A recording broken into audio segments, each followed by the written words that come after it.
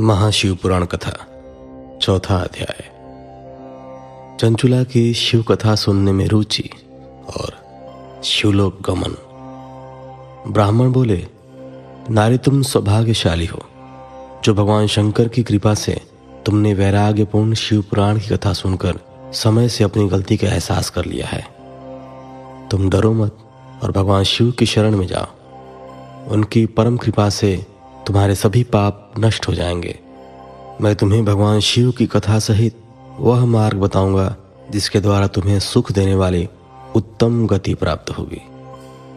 शिव कथा सुनने से तुम्हारी बुद्धि शुद्ध हो गई है और तुम्हें पश्चाताप हुआ है तथा मन में वैराग्य उत्पन्न हुआ है। पश्चाताप ही पाप करने वाले पापियों के लिए सबसे बड़ा प्रायश्चित है। पश्चाताप ही पापों का शोधक है। इससे ही पापों की शुद्धि होती है। सत्पुरुषों के अनुसार पापों की शुद्धि के लिए प्रायश्चित पश्चाताप से ही संपन्न होता है। जो मनुष्य अपने कुकर्म के लिए पश्चाताप नहीं करता वह उत्तम गति प्राप्त नहीं करता, परंतु जिसने अपने कुकृत्य पर हार्दिक पश्चाताप होता है वह अवश्य उत्तम गति का भागीदार होता है। इसमें कोई शक नहीं है। शिव पुराण की कथा सुनने से चित्त की शुद्धि एवं मन निर्मल हो जाता है। शुद्ध चित्त में ही भगवान शिव एवं पार्वती का वास होता है। वह शुद्धात्मा पुरुष सदा शिव के पद को प्राप्त होता है। इस कथा का श्रवण सभी मनुष्यों के लिए कल्याणकारी है, अतः इसकी आराधना एवं सेवा करनी चाहिए। यह कथा भवबंधन रूपी रोग का नाश करने वाली है। भगवान शिव की कथा सुनकर हृदय में उसका मनन करना चाहिए। इससे चित्त की शुद्धि होती है। चित्त शुद्धि होने से ज्ञान और वैराग्य के साथ महेश्वर की भक्ति निश्चय ही प्रकट होती है तथा उनके अनुग्रह से दिव्य मुक्ति प्राप्त होती है। जो मनुष्य माया के प्रति आसक्त है वह इस संसार बंधन से मुक्त नहीं हो पाता। हे ब्राह्मण पत्नी, तुम अन्य विषयों से अपने मन को हटाकर भगवान शंकर की इस पावन कथा को सुनो। इससे तुम्हारे चित्त की शुद्धि होगी और तुम्हें मोक्ष की प्राप्ति होगी।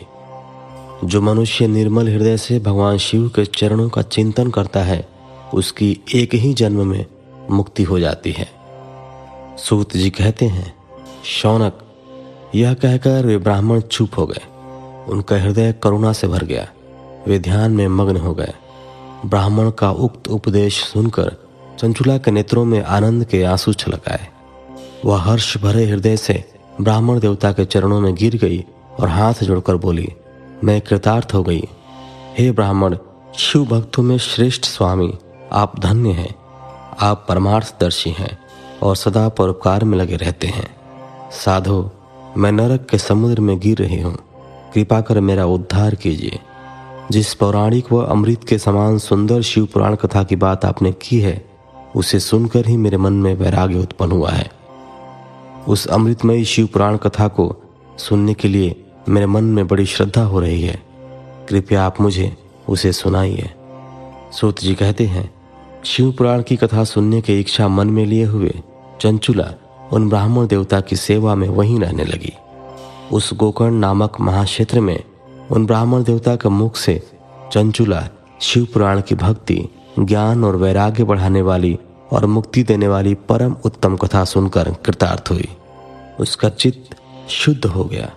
वह अपने हृदय में शिव के सगुण रूप का चिंतन करने लगी। वह सदैव शिव के सच्चिदानंदमय स्वरूप का स्मरण करती थी।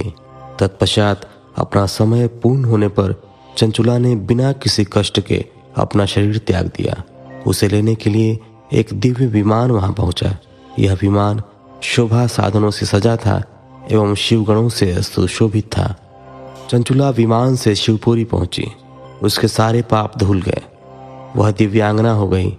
वह गौरांगी देवी मस्तक पर अर्धचंद्र का मुकुट व अन्य दिव्य आभूषण पहने शिवपुरी पहुंची। वहां उसने सनातन देवता त्रिनेत्रधारी महादेव शिव को देखा। सभी देवता उनकी सेवा में भक्ति भाव से उपस्थित थे। उनकी अंग कांति करोड़ों सूर्यों के समान प्रकाशित हो रही थी। 5 मुख और हर मुख में 3-3 नेत्र थे। मस्तक पर अर्धचंद्राकार मुकुट शोभायमान हो रहा था।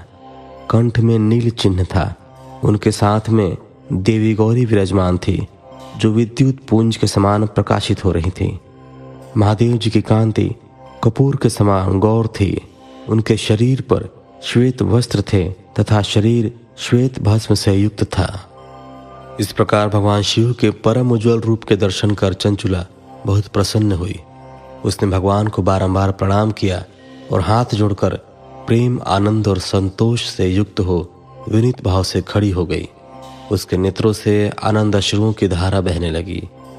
भगवान शंकर एवं भगवती गौरी उमा ने करुणा के साथ सौम्य दृष्टि से देखकर चंचुला को अपने पास बुलाया।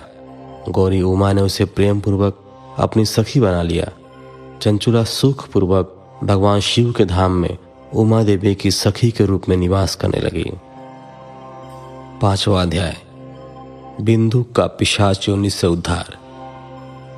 सूत जी बोले, शौनक, एक दिन चंचुला आनंद में मग्न उमा देवी के पास गई और दोनों हाथ जोड़कर उनकी स्तुति करने लगी। चंचुला बोली, हे गिरिराज नंदिनी, स्कंद माता उमा, आप सभी मनुष्यों एवं देवताओं द्वारा पूज्य तथा समस्त सुखों को देने वाली हैं। आप शंभु प्रिया हैं। आप ही सगुणा और निर्गुणा हैं। हे सच्चिदानंद स्वरूपिणी, आप ही प्रकृति की पोषक हैं। हे माता, आप ही संसार के सृष्टि, पालन और संहार करने वाली हैं। आप ही ब्रह्मा, विष्णु और महेश को उत्तम प्रतिष्ठा देने वाली परम शक्ति हैं।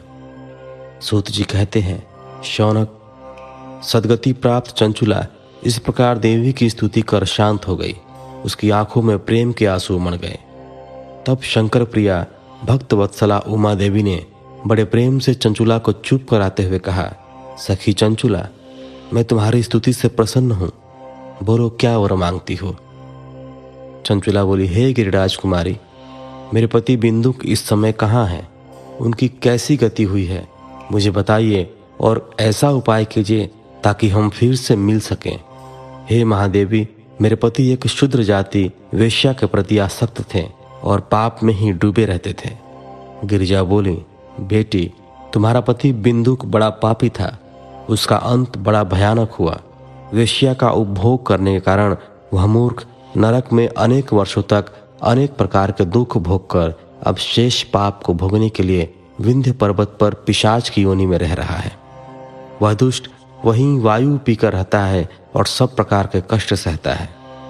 सूत जी कहते हैं, शौनक, गौरी देवी की यह बात सुनकर चंचुला अत्यंत दुखी हो गई। फिर मन को किसी तरह स्थिर करती हुई दुखी हृदय से माँ गौरी से उसने एक बार फिर पूछा, हे महादेवी, मुझ पर कृपा कीजिए और मेरे पापी पति का अब उद्धार कर दीजिए। कृपा करके मुझे वह उपाय बताइए जिससे मेरे पति को उत्तम गति प्राप्त हो सके। गौरी देवी ने कहा, यदि तुम्हारा पति बिंदुक शिवपुराण की पुण्यमयी उत्तम कथा सुने तो वह इस दुर्गति को पार करके उत्तम गति का भागी हो सकता है। अमृत के समान मधुर गौरी देवी का यह वचन सुनकर चंचुला ने दोनों हाथ जोड़कर मस्तक झुकाकर उन्हें बारंबार प्रणाम किया तथा प्रार्थना की कि मेरे पति को शिव पुराण सुनाने की व्यवस्था कीजिए। ब्राह्मण पत्नी चंचुला के बार बार प्रार्थना करने पर शिव प्रिया गौरी देवी ने भगवान शिव की महिमा का गान करने वाले गंधर्वराज तुम्बुरो को बुलाकर कहा, तुम्बुरो, तुम्हारी भगवान शिव में प्रीति है। तुम मेरे मन की सभी बातें जानकर मेरे कार्यों को सिद्ध करते हो। तुम मेरी इस सखी के साथ विंध्य पर जाओ। वहाँ एक महाघोर और भयंकर पिशाच रहता है। पूर्व जन्म में वह पिशाच बिंदुक नामक ब्राह्मण मेरी सखी चंचुला का पति था। वह वेश्यागामी हो गया। उसने स्नान, संध्या आदि नित्य कर्म छोड़ दिए। क्रोध के कारण उसकी बुद्धि भ्रष्ट हो गई। दुर्जनों से उसकी मित्रता और सज्जनों से द्वेष बढ़ गया था। वह अस्त्र शस्त्र से हिंसा करता, लोगों को सताता और उनके घरों में आग लगा देता था।